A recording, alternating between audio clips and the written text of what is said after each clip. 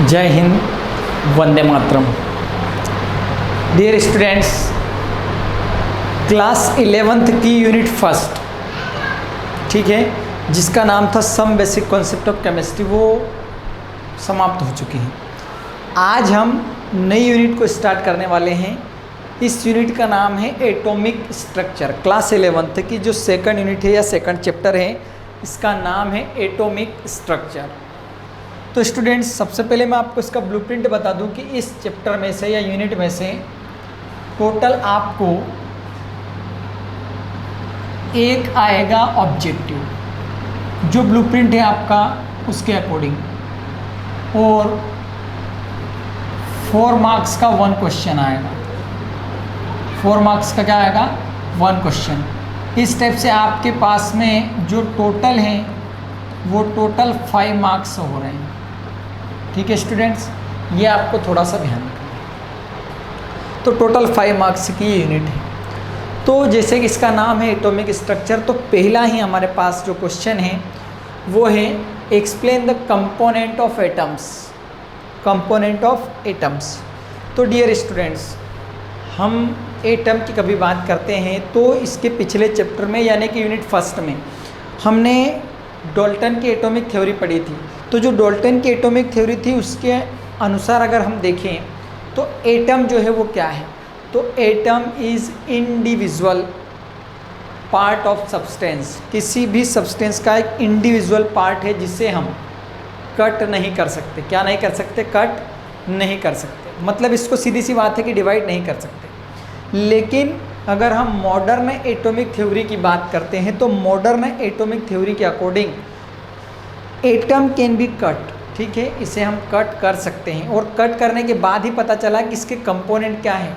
देखिए, कंपोनेंट अगर आपको डिफ़िकल्ट वर्ड लगता है तो आप इससे भी सिंपल वर्ड, ठीक है, सिंपल से मतलब है कठिन वर्ड, कॉन्स्टिट्यूएंट पार्टिकल्स, ये वाला वर्ड भी आप यूज़ कर सकते हैं। क्या यूज़ कर सकते हैं? कॉन्स्टिट्यूएंट पार्टिकल, मतलब वो किनसे मिलकर बना है और इसके अंदर क्या है। तो कंपोनेंट मतलब जब मॉडर्न एटॉमिक थ्योरी के अकॉर्डिंग जब इसको कट करते हैं तो इसके अंदर इलेक्ट्रॉन, प्रोटॉन और न्यूट्रॉन प्रेजेंट रहते हैं। ठीक है स्टूडेंट्स, तो इलेक्ट्रॉन, प्रोटॉन और न्यूट्रॉन प्रेजेंट रहते हैं। इसके कंपोनेंट की बात करें तो देखिए, सबसे पहले हम कंपोनेंट देख लेते हैं। पहले क्वेश्चन का जो है उसका हम आंसर देखते हैं। ये उसकी टेबल मैंने आपके सामने शो कर रखी है। देखिए, पार्टिकल, उसको जब कट करते हैं तो उसके अंदर क्या क्या है? इलेक्ट्रॉन है, प्रोटॉन है और न्यूट्रॉन है। मतलब ये उसके कंपोनेंट है। ये क्या है? उसके कंपोनेंट। किसके कंपोनेंट हैं? कंपोनेंट है। ये किसके कंपोनेंट है?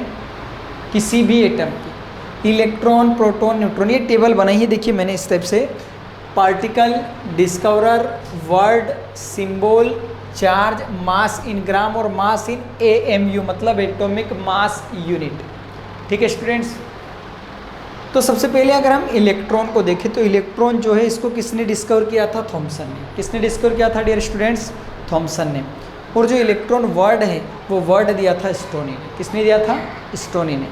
तो इसका जो सिंबल है इलेक्ट्रॉन का वो क्या होता है? E, और इस पर चार्ज होता है नेगेटिव। और इसका मास अगर हम ग्राम में देखें तो 9.10939 इंटू 10⁻⁻28 ये चार्ज होता है ग्राम में। और अगर हम AMU की बात करें तो चार्ज होता है 0.0005। एज इट इज़ प्रोटॉन, इसको डिस्कवर किया था गोल्डस्टीन ने, और प्रोटॉन जो वर्ड है वो दिया था रदरफोर्ड ने। और इसका जो सिंबल है वो हमारे पास में क्या है? P है। और इसका चार्ज की कभी हम बात करें तो इस पर चार्ज होता है प्लस। और इसका जो मास होता है ग्राम में वो होता है 1.67262 इंटू 10⁻⁻24। और हम इसके मास के अगर एटॉमिक मास यूनिट AMU में बात करें तो ये होता है 1.00727। ठीक है students, as it is last हम पार्टिकल या कंपोनेंट की बात करें तो वो थर्ड है न्यूट्रॉन। और न्यूट्रॉन वर्ड डिस्कवर किसको किया था? चैडविक ने। वर्ड अभी चैडविक ने ही दिया है। और इसका जो सिंबल है वो है N, और इस पर जो चार्ज है वो होता है 0, मतलब जो न्यूट्रॉन होता है वो न्यूट्रल होता है। और इसका कभी हम मास देखा जाए ग्राम में तो होता है 1.67493 इंटू 10⁻⁻23। और अगर आप एटॉमिक मास यूनिट में देखना चाहें तो 1.00867। ठीक है स्टूडेंट्स, ये क्लियर हो गई यहाँ पर सारी स्थिति हमारे सामने। किसने डिस्कवर किया, क्या चार्ज होता है, सिंबल क्या होता है, वर्ड किसने दिया। डियर स्टूडेंट्स, एक और बात हमेशा आप ध्यान रखें, कभी एग्ज़ाम में ऑब्जेक्टिव टाइप एग्ज़ाम में पूछा जा सकता है कि right the charge of electron, charge of proton, charge of neutron. तो हमेशा एक बात का आप ध्यान रखें, जो चार्ज आपको लिखना है वो चार्ज आप हमेशा कौन सा लिखेंगे, जो आपको ग्राम में दिया है, इस चार्ज का आप यूज़ करेंगे। कहीं न्यूमेरिकल आ जाए तो, या कहीं ऑब्जेक्टिव में पूछे तो एटॉमिक मास यूनिट वाले चार्ज का यूज़ नहीं करना है, लेकिन आपको ध्यान जरूर रखना है। ठीक है स्टूडेंट्स, और इनका जो सिंपल मैं आपको बता दूं थोड़ा सा याद करने का, आप अगर और याद करना चाहें उसको इजी वे में तो आप उसको याद इस टाइप से कर सकते हैं। इथ पगनाच है, इथा पगनाच ही है, इस टाइप से। इलेक्ट्रॉन, इसको किसने डिस्कवर किया था, तो इलेक्ट्रॉन को डिस्कवर किया था थॉमसन ने। प्रोटॉन, प्रोटॉन को किसने डिस्कवर किया था, गोल्डस्टीन ने। न्यूट्रॉन किसने डिस्कवर किया था, चैडविक ने। तो इथ पगनाच आप ऐसा भी बोल सकते हैं, इथा पगनाच। ठीक है, इलेक्ट्रॉन थॉमसन, प्रोटॉन गोल्डस्टीन और न्यूट्रॉन चैडविक। या तो आप इस टाइप से भी लिख सकते हैं कि इलेक्ट्रॉन और प्रोटॉन की हुई लड़ाई, इलेक्ट्रॉन प्रोटॉन की हुई लड़ाई न्यूट्रॉन को बचाना था, न्यूट्रॉन को बचाना था। और थॉमसन गोल्डस्टीन ने कसम खाई, थॉमसन गोल्डस्टीन ने कसम खाई चैडविक को मार भगाना था।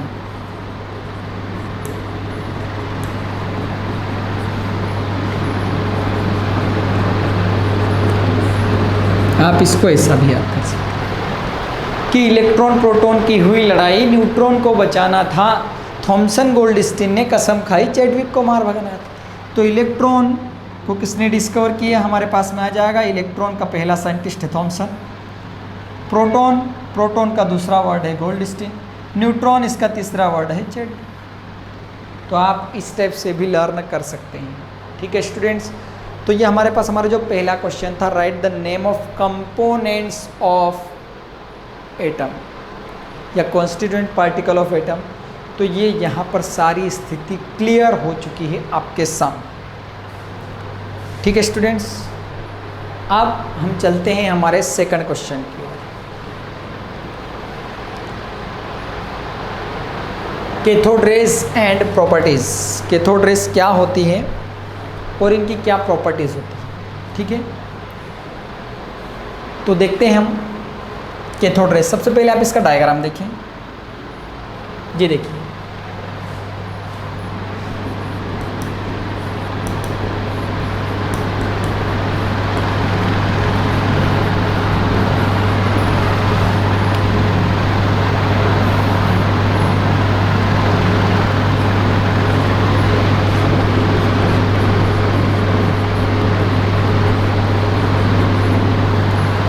Cathode rays experiment. ठीक है स्टूडेंट्स, तो सबसे पहले क्या हुआ था 19th सेंचुरी की अगर हम बात करें तो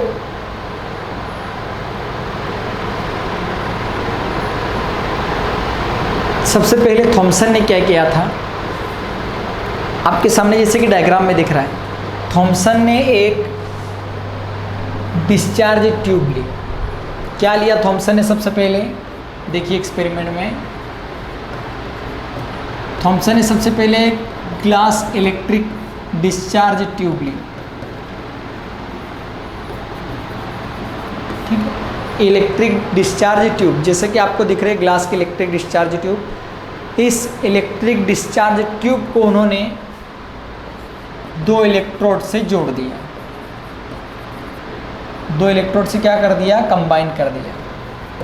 ठीक है, और इसमें वैक्यूम पंप लगाया उन्होंने। वैक्यूम पंप लगाने के बाद में इसके अंदर उन्होंने गैस फिल किया, ठीक है, गैस फिल किया। देखिए आप एक बार फिर से देख लीजिए, इस एक्सपेरिमेंट में थॉमसन ने सबसे पहले इलेक्ट्रिकल डिस्चार्ज ट्यूब ली और उस ट्यूब को 2 इलेक्ट्रोड की हेल्प से जोड़ दिया।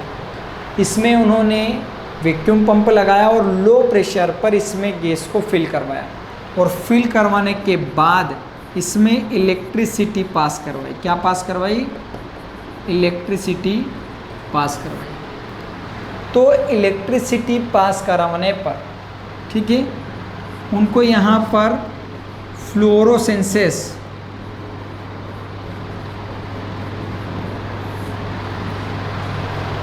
फ्लोरोसेंसेस दिखाई दी यहाँ पर, मतलब एक टाइप से चमक उत्पन्न हुई। कहाँ पर? इस डिस्चार्ज ट्यूब के अंदर, ठीक है। फ्लोरोसेंसिस का मतलब होता है चमक, यहाँ पर चमक उत्पन्न हुई, ठीक है। उस चमक को उन्होंने कहा cathode rays.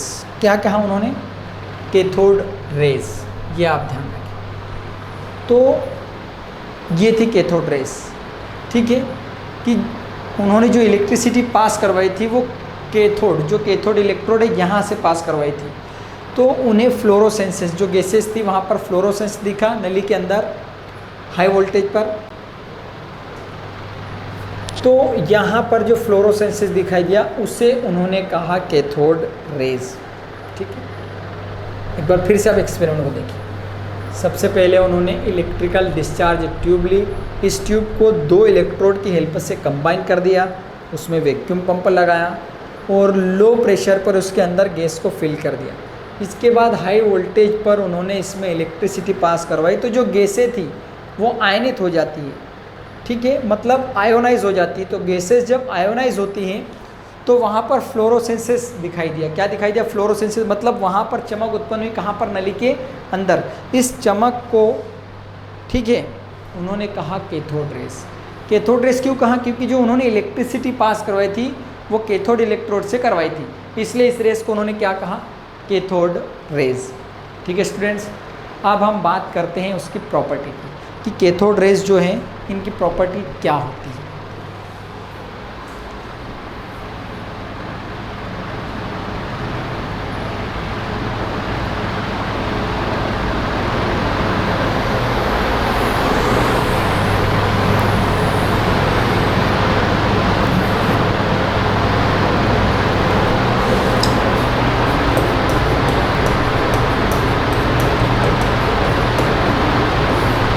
Number 1,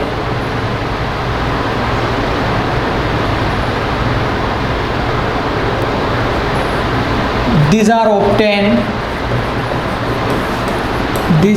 obtained from cathode electrode.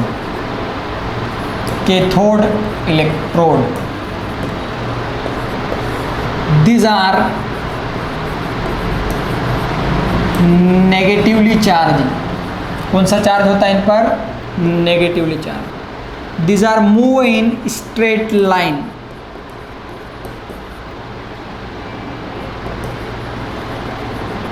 Straight line, ठीक है, सीधी लाइन में ही चलती हैं।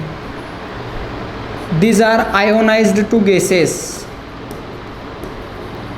ये गैसों को क्या कर देती है? आयोनाइज्ड कर देती है।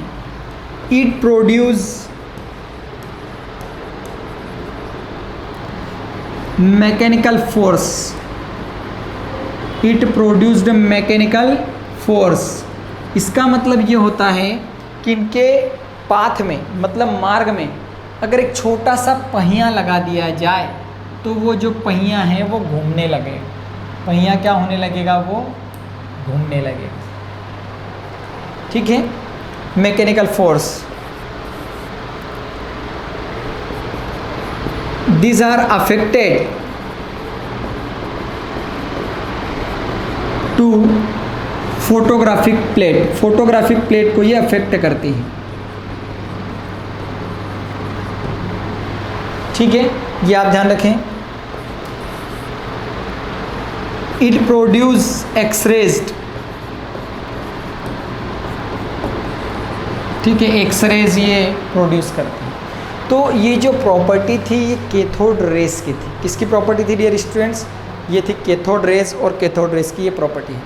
एग्ज़ाम में आपको डायग्राम भी बनाना है, और डायग्राम के बाद में आपको उनके ये फीचर्स, मतलब जो मेन पॉइंट्स हैं, पोस्टुलेट्स हैं, वो आपको लिखना है। ठीक है स्टूडेंट्स, आगे की कभी हम बात करें तो एक बात मैं आपको और यहाँ पर क्लियर कर दूँ। मान लीजिए कि एग्ज़ाम में इस टाइप से ऑब्जेक्टिव पूछ लिया जाए, who discovered what is anode rays, तो दोज रेज विच प्रोड्यूस या विच ऑब्टेन फ्रॉम एनोड इलेक्ट्रोड, तो जो एनोड इलेक्ट्रोड से मिलेगी उसे हम कहेंगे एनोड रेज। ठीक है, तो ये अगर कैथोड रेज पॉजिटिव है तो वो कैसी रहेगी? नेगेटिव। तो जो एनोड रेज है इनको डिस्कवर किया था गोल्डस्टीन। ठीक है, कैथोड रेज को डिस्कवर जैसे थॉमसन ने किया था, क्योंकि उसमें इलेक्ट्रॉन से रिलेटेड है, तो यहाँ पर ये पॉजिटिव इलेक्ट्रोड से निकलती है, मतलब प्रोटॉन से फाउंड होती है, तो वो एनोड रेज कहलाएगी, और इन्हें डिस्कवर किया था गोल्डस्टीन ने। आप ऐसा छोटा सा जो है आंसर उसको आप ऐसा ध्यान रखिए। ठीक है स्टूडेंट्स, अब इसके बाद हम अगले हमारे क्वेश्चन की बात करते हैं। यहाँ तक ये चीज़ें क्लियर हो गई आपके लिए। ठीक है स्टूडेंट्स, आगे हम बात करते हैं डेफिनेशन से छोटी छोटी। Atomic number, atomic weight, isotopes, ठीक है, आइसोबार्स, आइसोन्यूट्रॉनिक, आइसो इलेक्ट्रॉनिक और आइसोप्रोटॉनिक। सबसे पहले हम बात करेंगे एटॉमिक नंबर की, कि एटॉमिक नंबर क्या होता है। ठीक है स्टूडेंट्स,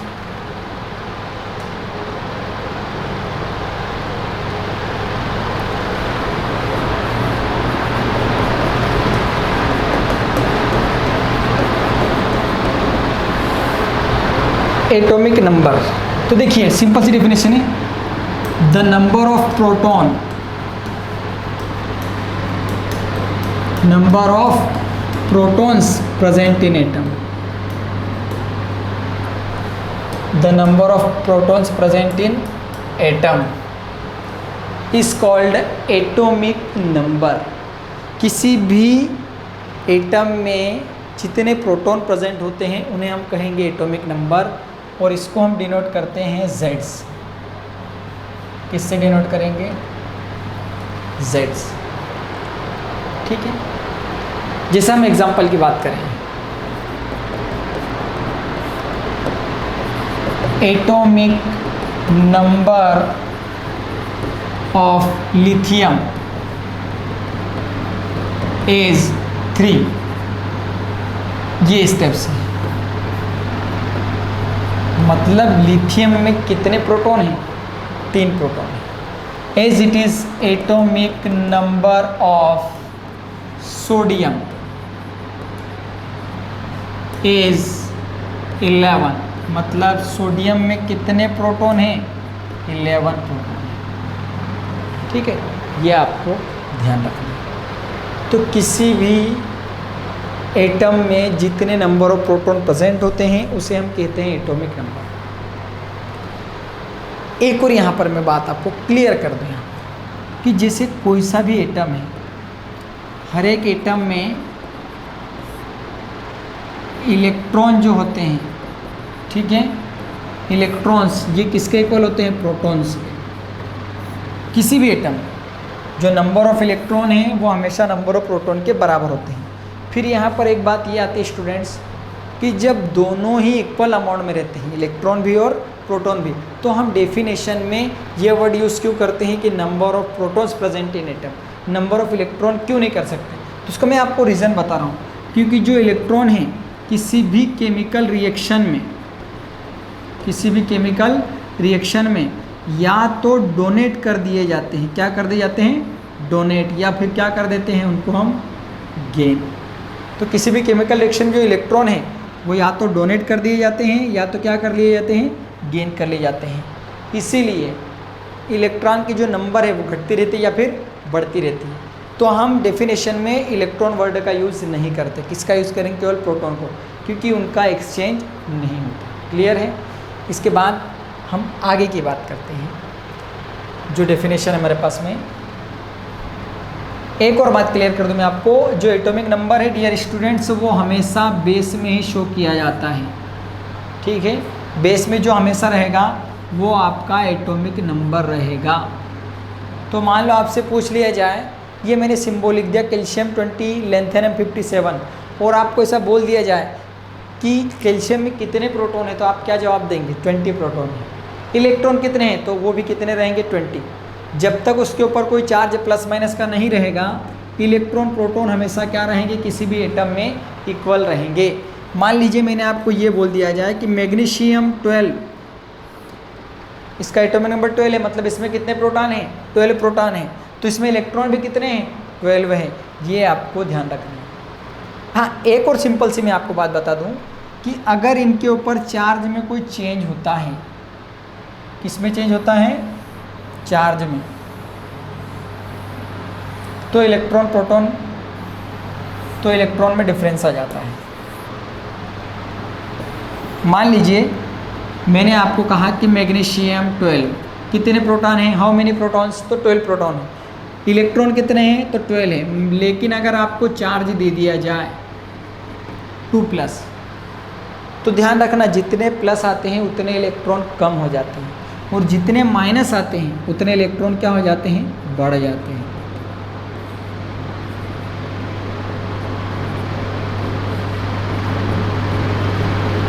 यहाँ पर प्रोटॉन तो 12 है, लेकिन इलेक्ट्रॉन कितने हैं? 10, 2 घट गए हैं। यहाँ पर प्रोटॉन कितने हैं? 13 हैं, लेकिन इलेक्ट्रॉन कितने हैं? 10 है। ये आपको ध्यान रखना है। यहाँ पर देखिए माइनस प्लस चार्ज अगर आता है तो इलेक्ट्रॉन घट जाते हैं, मतलब डोनेट कर दिए किसी भी केमिकल रिएक्शन में। माइनस आता है मतलब क्या कर लिए? गेन कर लिए। 8 प्रोटॉन है लेकिन इलेक्ट्रॉन कितने हैं? 10। 7 प्रोटॉन है लेकिन इलेक्ट्रॉन कितने हैं? 10। माइनस चार्ज आएगा तो इलेक्ट्रॉन बढ़ते हैं, प्लस चार्ज आए तो इलेक्ट्रॉन कम होते हैं, और कोई चार्ज नहीं, मतलब दोनों क्या है? इक्वल है। ठीक है, अब हम बात करते हैं हमारे अगले टॉपिक।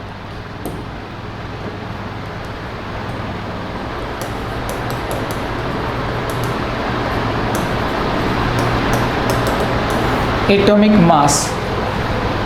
तो द नंबर ऑफ, है ना,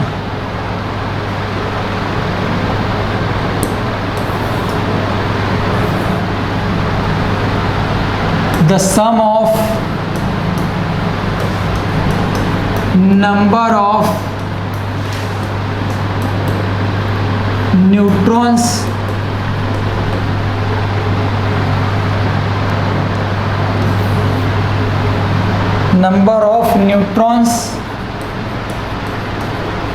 and protons is called, जो है वो, ठीक है, the sum of number of neutrons and proton is called atomic mass, और इसको हम डिनोट किससे करते हैं? कैपिटल ए से। A is equals to neutron plus, ठीक है स्टूडेंट्स, एग्जाम्पल की हम बात करते हैं। मास ऑफ लिथियम इज 7, है ना, atomic mass of lithium is 7। तो इस टाइप से Li3, तो 3 जो है वो उसका है एटॉमिक नंबर, मतलब 3 प्रोटॉन है। और ऊपर हमेशा आप ध्यान रखना, ऊपर जो रहेगा मतलब सिर पर, वो हमेशा रहेगा एटॉमिक मास, नीचे जो बेस में रहेगा पैरों में, वो रहेगा एटॉमिक वेट। अब एक और चीज़ यहाँ पर निकालना आप सीख जाएं, न्यूट्रॉन्स कैसे निकालेंगे आप? तो न्यूट्रॉन्स इज इक्वल्स टू होगा एटॉमिक मास माइनस प्रोटॉन, और प्रोटॉन नहीं बोलना है तब प्रोटॉन के प्लेस पे क्या बोल सकते हैं? Atomic number. ठीक है स्टूडेंट्स, तो Li3 में आपको न्यूट्रॉन निकालने हैं। क्या निकालने हैं? न्यूट्रॉन्स। तो एटॉमिक मास कितना है इसका? 7 है, और प्रोटॉन कितने हैं इसमें? 3। तो ये आपके पास कितना आ गया टोटल? 4। अब वापस इस फॉर्मूले पे कभी हम जाएं, mass of lithium is 4 + 3 is equals to कितना आ गया? 7। आप ऐसा ध्यान रखें, किसी की भी बात की जाए यहाँ, ठीक है। तो ये डेफिनेशन है कि sum of neutron plus proton is called atomic mass, और इसको इससे डिनोट करते हैं। और नंबर ऑफ न्यूट्रॉन निकालने का ये फॉर्मूला है। मान लीजिए आपको एक छोटा सा, मैं आपको और एग्जांपल बताऊं, ये कह दिया जाए कि जैसे मास ऑफ सोडियम इज 23, ये तो इसमें न्यूट्रॉन कितने निकलेंगे? देखिए आप, मास माइनस प्रोटॉन या एटॉमिक नंबर, तो न्यूट्रॉन मास कितना हो जाएगा 23, और ये कितने 11 इज इक्वल टू कितना निकला 12। अब अगर हम मास की चर्चा करते हैं तो n प्लस पी, तो न्यूट्रॉन कितने हैं 12 और प्रोटॉन कितने हैं 11 इज इक्वल टू कितना हो गया ये 23। आप इसे देख सकते हैं किसी भी एलिमेंट की हम बात करें पूरी पीरियोडिक टेबल। ठीक है स्टूडेंट्स, अब हम अगले हमारे टॉपिक को देखते हैं कि हमारे पास अगला जो टॉपिक है वो डेफिनेशन में क्या है। थर्ड है हमारे पास आइसोटॉप्स।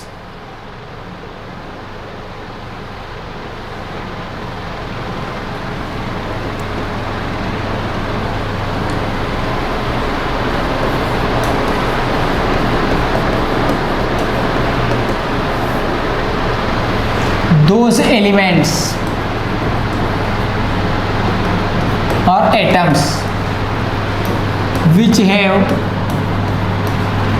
same atomic number, जिनके एटॉमिक नंबर सेम होते हैं बट डिफरेंट एटॉमिक मास,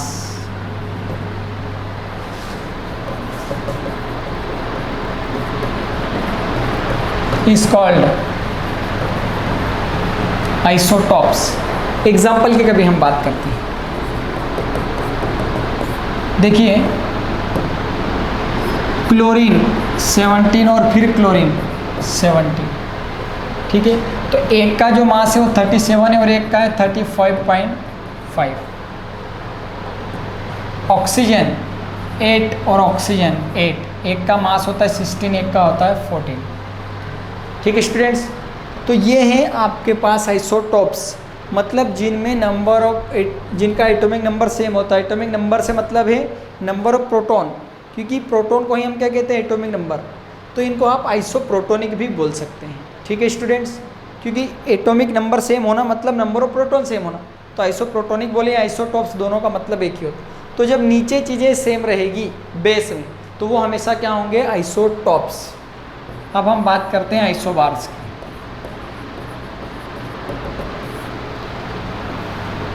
मतलब ये इसका अपोजिट आएगा, जिसमें एटॉमिक मास क्या रहेगा सेम रहेगा, लेकिन जो एटॉमिक नंबर रहेगा वो नंबर क्या रहेगा डिफरेंट, नंबर क्या रहेगा डिफरेंट। उन्हें हम क्या कहेंगे आइसोबार्स। क्या कहेंगे आइसोबार्स। एग्जाम्पल की कभी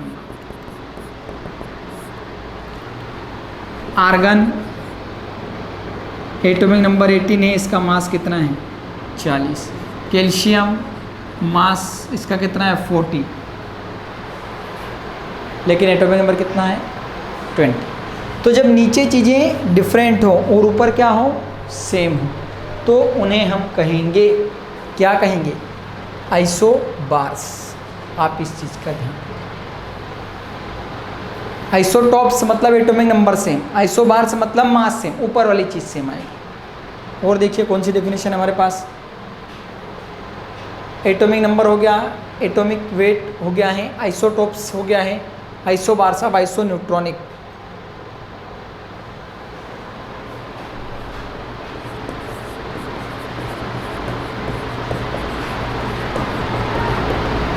मतलब जिनमें नंबर ऑफ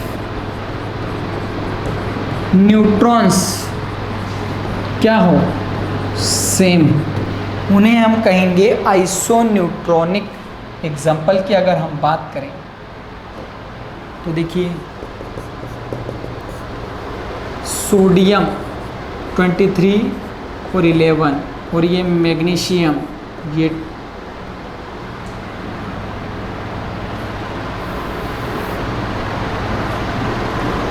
Na11 और ये Mg12, इसका मास है 24 और इसका मास है 23। अब देखिए 23 में से 11 जाएगा, यहाँ पर भी कितने प्रोटॉन मतलब न्यूट्रॉन बचेंगे आपके पास 12, और यहाँ पर भी 24 में से 12 जाएगा तो कितने बचेंगे हमारे पास 12, मतलब नंबर ऑफ न्यूट्रॉन सेम है, तो वो होगा आइसोन्यूट्रॉनिक। क्या होगा वो? आइसोन्यूट्रॉनिक। Clear students? अब अगली इसी में डेफिनेशन कौन सी हम देखना चाहेंगे? आइसो इलेक्ट्रॉनिक और आइसोप्रोटोनिक।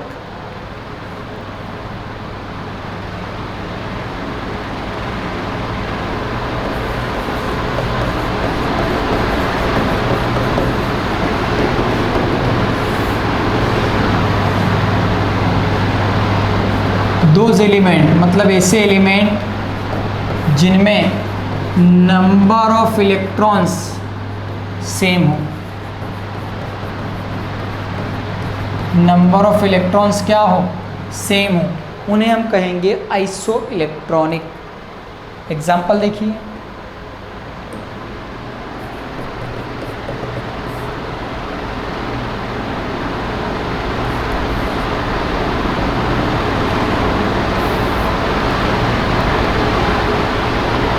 ये मैंने आपके सामने लिखा Na11 प्लस मतलब एक इलेक्ट्रॉन कम होना। कितने इलेक्ट्रॉन बचेंगे यहाँ पर? 10। देखिए 1s2 2s2 और 2p6 6 2 और 2 10 Mg12 ये 1s2 2s2 2p6। स्टूडेंट मन में ये डाउट ना पाले कि ये 1s2 2s2 ये क्या भला है, ये क्या चीज़ है। ये हमारे जब आगे क्वेश्चन आएंगे तब आप समझ लेना। आप ऐसे भी डायरेक्टली देख लें, 12 में से 2 गए मतलब जितने प्लस उतने कम हो जाते हैं, तो 10 इलेक्ट्रॉन है। यहाँ भी 11 में से एक कम होगा, 10 इलेक्ट्रॉन है। उसके बाद हम कभी ऑक्सीजन की बात करें, माइनस मतलब बढ़ जाते हैं। ये इसमें भी 8 और 2 10 इलेक्ट्रॉन हो गए। उसके बाद हम बात करें F9 तो 9 और 1 10 इलेक्ट्रॉन हो गए। ये क्लियर स्टूडेंट्स? तो ऐसे सब्सटेंस या एलिमेंट्स जिनमें नंबर ऑफ इलेक्ट्रॉन सेम होते हैं उन्हें हम कहेंगे आइसो इलेक्ट्रॉनिक। ठीक है, आइसो इलेक्ट्रॉनिक। अब लास्ट बात बच्चे हमारे पास में एक और आइसोप्रोटोनिक। तो आइसोप्रोटोनिक में आपको यहीं पर छोटा समझा देता हूँ।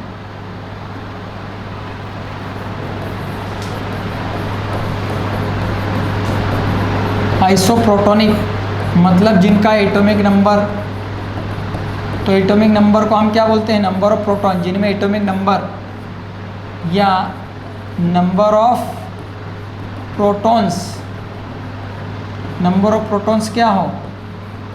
सेम हो, उन्हें हम कहेंगे आइसोप्रोटोनिक। और इसके एग्जांपल मैंने आपको पहले भी बता दिए हैं। देखिए ऑक्सीजन 8 16, फिर ऑक्सीजन 8 14, नाइट्रोजन 7 14, नाइट्रोजन 7 12। ये नीचे की चीज़ जब सेम हो तो उसे आइसोप्रोटोनिक या आइसोप्रोटोनिक या फिर आइसोटॉप्स। ठीक है, तो ये बहुत सारे डेफिनेशन थे हमारे पास में जो हमने क्लियर कर लिया। अब हम आते हैं थॉमसन के एटॉमिक मॉडल पर। एक्सप्लेन थॉमसन से एटॉमिक मॉडल। ठीक है स्टूडेंट्स, तो थॉमसन का एटॉमिक मॉडल क्या था उसको हम आइए देख लेते हैं। ये देखिए अप्रोक्स, ये मान के चलिए कि लगभग 20th सेंचुरी में अप्रोक्स 1911 20th सेंचुरी में सबसे पहले थॉमसन ने एटॉमिक मॉडल रिप्रेजेंट किया। सबसे पहले एटम के स्ट्रक्चर को क्लियर करने के लिए थॉमसन ने एटॉमिक मॉडल को एक्सप्लेन किया। ठीक है, जिनके मेन पॉइंट्स देखिए।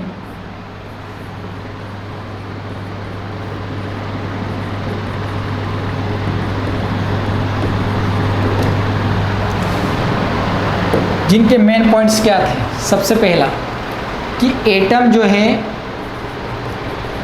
ये एक स्फेरिकल स्ट्रक्चर है।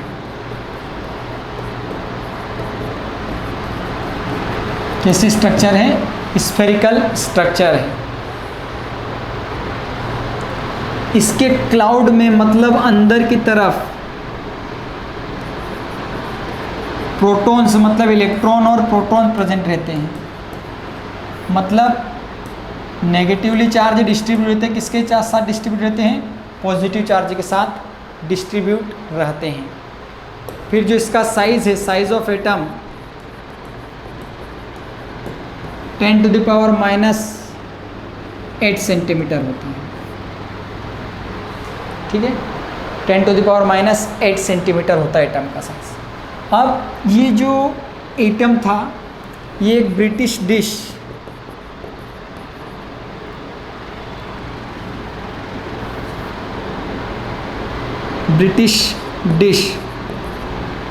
प्लम पुडिंग पर बेस्ड था। किस पर बेस्ड था? Plum pudding.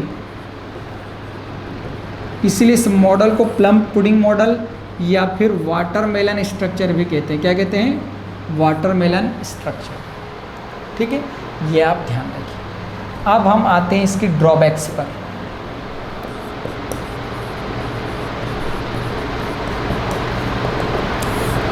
सबसे पहली बात, ठीक है, कि ये अल्फा पार्टिकल की जो स्कैटरिंग थी,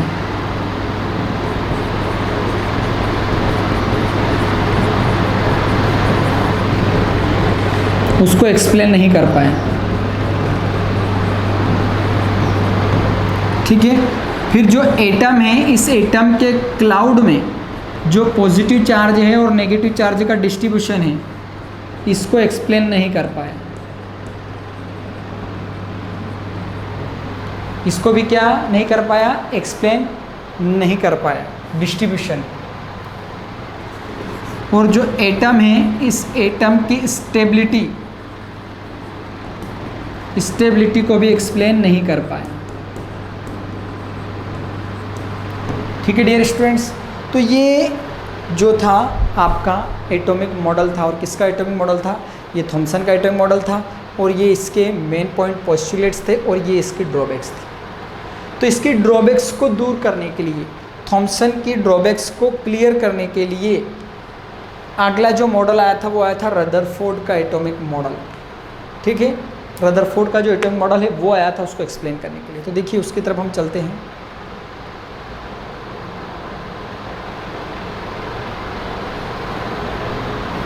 जो थॉमसन का मॉडल है,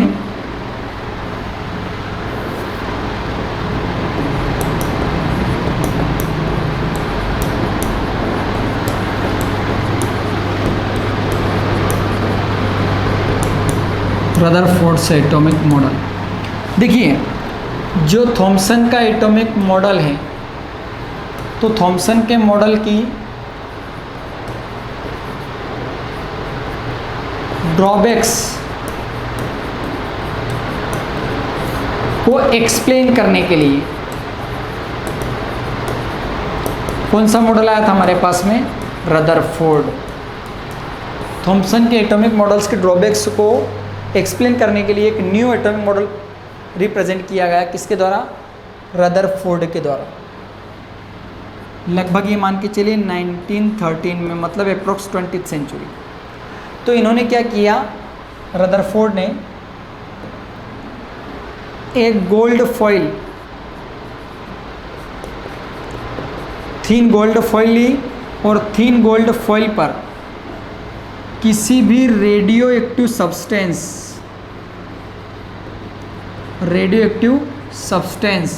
इस रेडियो एक्टिव सब्सटेंस से ऑब्टेन किए उन्होंने अल्फा पार्टिकल।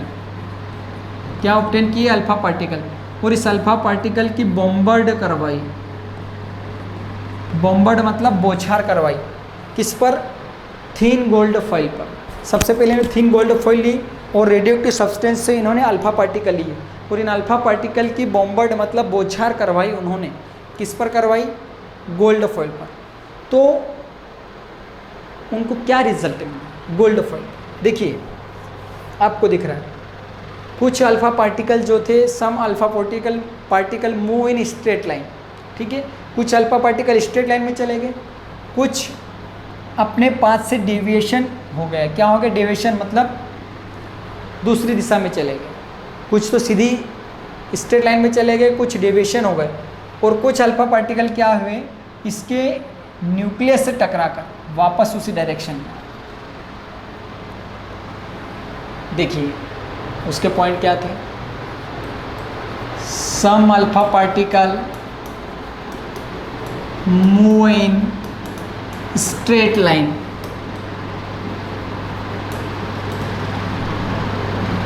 स्ट्रेट लाइन में गए और सम अल्फा पार्टिकल जो थे move in straight line, some alpha particle are deviated from their path, उनके पाथ से क्या हो जाते हैं? डेविएटेड।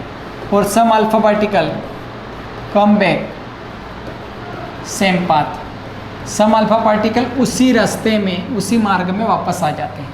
ये उनको रिजल्ट मिला था जब उन्होंने पार्टिकल की बौछार करवाई थी। देखिए ये रहा, कुछ सीधे ही चले गए स्ट्रेट लाइन में, कुछ डेविएशन हो गया और कुछ वापस उसी मार्ग में से लौट आए।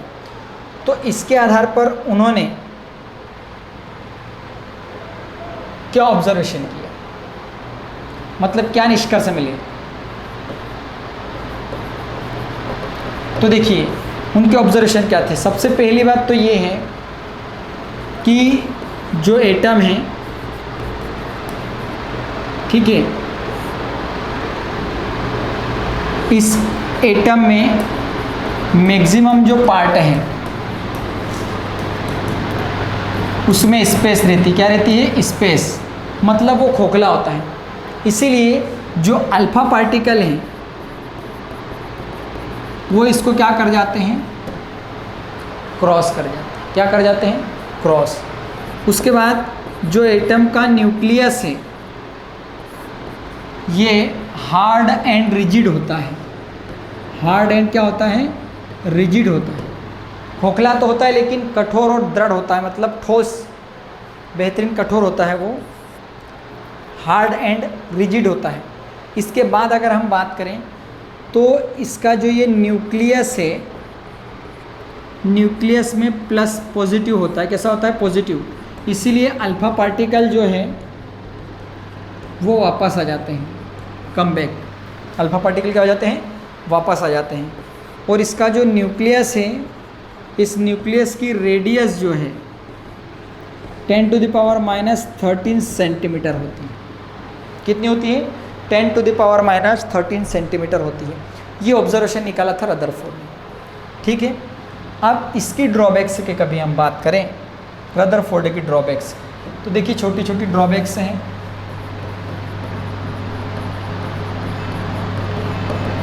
नंबर 1, सबसे पहला कि जो हाइड्रोजन स्पेक्ट्रम है इसको भी एक्सप्लेन नहीं कर पाया था, हाइड्रोजन स्पेक्ट्रम को एक्सप्लेन नहीं कर पाया था। उसके बाद हम कभी बात करें तो ये भी एटम की स्टेबिलिटी को एक्सप्लेन नहीं कर पाया था, एटम की स्टेबिलिटी को एक्सप्लेन नहीं कर पाया था। उसके बाद हम कभी बात करते हैं तो ये अल्फा स्कैटरिंग को कंप्लीटली एक्सप्लेन नहीं कर पाए थे।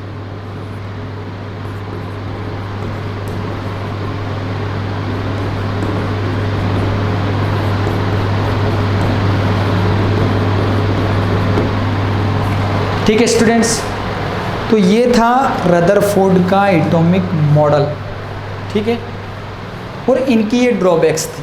तो डियर स्टूडेंट्स, आज का जो हमारा टॉपिक था, बहुत सारे हमने क्वेश्चन देख लिए हैं। क्वेश्चन नंबर 5 तक हमने कंप्लीट कर लिया है, ठीक है। अब ये जो मॉडल जैसे फेल हुआ, इसके लिए आगे और डेफिनेशन आ रही है, आगे और मॉडल आएंगे जो इसको क्लियर करते जाएंगे। तो आज के हमारे लेक्चर में हमने यहाँ तक देखा। इसके जो आगे वाले क्वेश्चन हैं वो हम आपको मिलेंगे अगले लेक्चर में। मैं उम्मीद करता हूँ जितनी भी सारी चीज़ें आपको बताई हैं आप बेहतरीन तरीके से ध्यान रखेंगे। तो हम अगले लेक्चर मिलते हैं, इसके लिए आप तैयार रहें। तब तक के लिए जय हिंद, जय भारत, आपका दिन शुभ हो, वंदे मातरम। Thank you.